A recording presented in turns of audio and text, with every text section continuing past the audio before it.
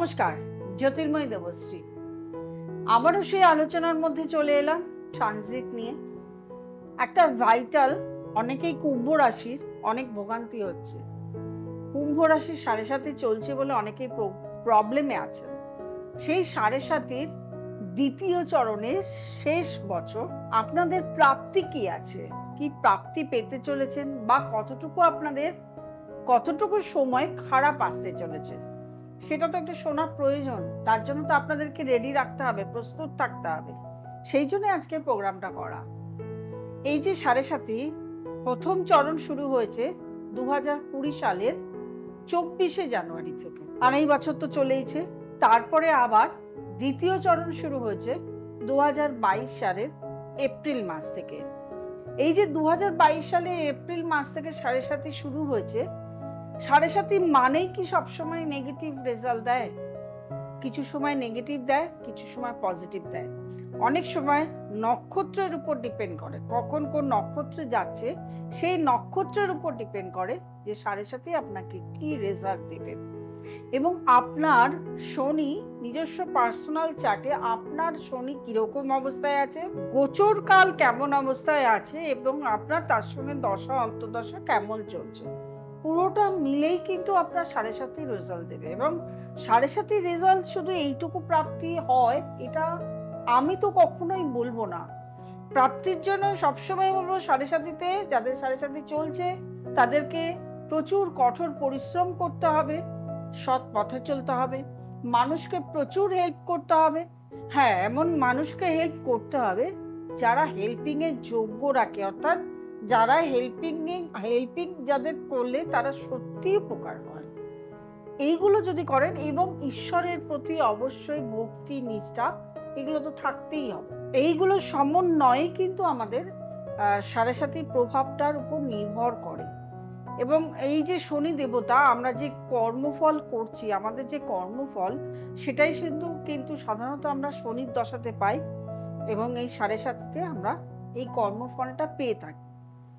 তো এই 7.5-তে কুম্ভ রাশি জাতক জাতিকাদের অনেকেরই শরীর এবং স্বাস্থ্য নিয়ে বেশ ভালোই ভুগছেন, সত্যিকারের ভুগছেন। যারা অল্প বয়স হোক বা বেশি বয়স্ক হোক বা মধ্যবয়স্ক হোক, তাদের শারীরিক কষ্ট কিছুটা হলেও কিন্তু এই সময় শরীরকে নিয়ে বেশি ট্রাভেল পেতে হয়েছে যখন থেকে রাহু ট্রানজিট করেছে মীন রাশিতে। সেকেন্ড হাউসে রাহু এসছে, তখন থেকে হেলথ এবং ওয়েলথ এই দুটো নিয়ে সমস্যায়।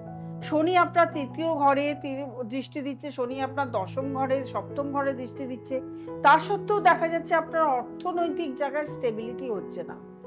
আপনার বাড়ির বয়স্ক কেউ থাকলে তার শরীর এবং স্বাস্থ্য নিয়েও সমস্যার মধ্যে আপনি ভুগতেই চলেছেন। এই সমস্যা একমাত্র আপনাকে দিচ্ছে রাহু। এবং আমি যখন প্রোগ্রাম করছি, আপনার প্রোগ্রাম দেখছেন, তার মধ্যেও কিন্তু 23শে এপ্রিল থেকে রাহু মঙ্গলের কানেকশন হবে। এই রাহু মঙ্গলের কানেকশন যখন আপনার 2য় ঘরে হবে, তখনও কিন্তু আপনি বেশ একটা সমস্যার মধ্যে থাকবেন। তার মধ্যেও কিন্তু আরেকটা সেটা হচ্ছে শনি এখন পূর্ব ভাদ্রপদ নক্ষত্রে, বৃহস্পতি নক্ষত্রে রয়েছে।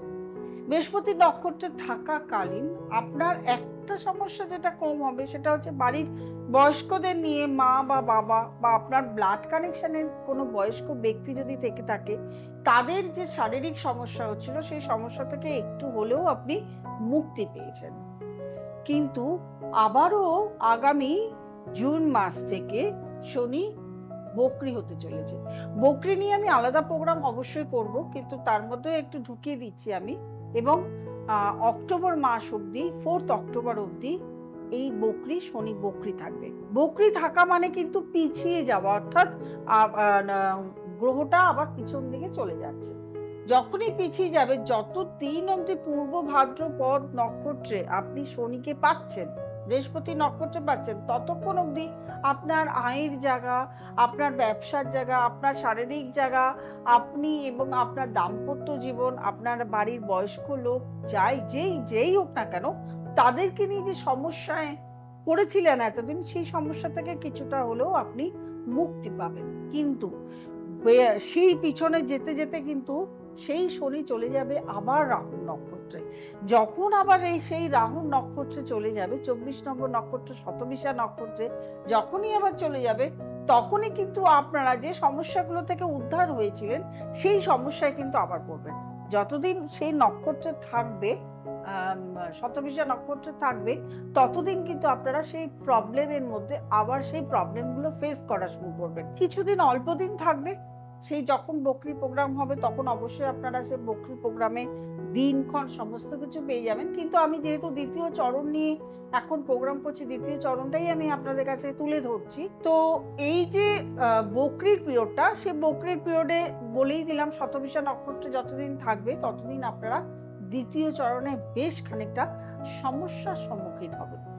আবার দ্বিতীয় চরণ যখন বকরি ছেড়ে আবার যখন দ্বিতীয় চরণে পূর্ব ভাদ্রপদ নক্ষত্র বৃহস্পতি নক্ষত্রে আবার শনি প্রবেশ করবে বকরি ছেড়ে, তখন কিন্তু আপনারা আবার রিল্যাক্স ফিল করবেন এবং আগামী 2025 সাল অবধি একটা বছর কিন্তু এই শনি আপনার এই রাশিতে দ্বিতীয় চরণেই থাকবে এবং দ্বিতীয় চরণের থেকে যে যে সমস্যার সম্মুখীন আপনি হচ্ছিলেন তার থেকে কিছুটা হলেও রিলিফ পাবেন। এবং এইবারে এইগুলো তো অনেক কিছুই কাউন্টিং আছে। আপনার চলে যাবে আপনার 4th হাউসে বৃহস্পতি চলে যাবে এপ্রিল মাসের থেকে, আপনার গৃহে কিছুটা সমস্যা যেটা হচ্ছিল সেখান থেকে একটু মুক্তি পাবেন। কিন্তু 2nd হাউসে রাহু মঙ্গল, এটা কিন্তু আপনাদেরকে একটু খেয়াল রাখতে হবে। এই মিশ্রিত ফল, ট্রানজিটের যে মিশ্রিত ফল, 7.5 থেকেও কিছু কিছু জায়গায় 7.5 যে ফলটা পাচ্ছেন তার থেকেও কিছু কিছু সময় দেখা যাবে আপনি খারাপ ফল পাচ্ছেন, আবার কিছু সময় দেখা যাবে আপনি বেটার রেজাল্ট পাচ্ছেন। সেই টাইমিংগুলো আপনাকে বলে দেওয়া হলো। 4th হাউসে বৃহস্পতি গেলে আপনার বাস্তব যে সমস্যা বয়স্কদের নিয়ে হচ্ছিল সেটা হবে না, এমনিতেও আপনি নক্ষত্রও বেটার পাচ্ছেন। তবে যতক্ষণ আপনার বকরিতে যতক্ষণ আপনি শতবিশা নক্ষত্র পাচ্ছেন ততদিন কিন্তু আপনার রেজাল্ট কিছুটা হলেও আপনি নেগেটিভ রেজাল্ট পাবেন। কিছুটা নেগেটিভ কিছুটা পজিটিভ, এই নিয়ে কিন্তু আপনার দ্বিতীয় চরণটা চলতে থাকবে। মোটামুটি ভাবে কুম্ভ রাশির 7.5 দ্বিতীয় চরণ নিয়ে আমি মোটামুটি আলোচনা করে ফেললাম। এরপরে অবশ্যই নেক্সট মান্থে বা নেক্সট কখনো আপনি যে 7.5 মানে বকরি লাগছে, বকরি নিয়েও আপনারা প্রোগ্রাম দেখতে পাবেন, দেখতে থাকুন। যারা আমার সঙ্গে যোগাযোগ করতে চাইছেন তারা নিচের স্ক্রলে যে নাম্বারটি রয়েছে সে নাম্বারটিতে ফোন করবেন, বুকিং করবেন, চেম্বারে চলে আসবেন, অথবা অনলাইন কনসালটেশনও চালু আছে। আর যারা নতুন আমার প্রোগ্রাম দেখছেন তারা অবশ্যই লাইক করবেন, কমেন্ট করবেন, শেয়ার করবেন এবং নোটিফিকেশন অল বেলটি প্রেস করতে ভুলবেন না। প্রত্যেকে ভালো থাকবেন, আনন্দে থাকবেন। নমস্কার।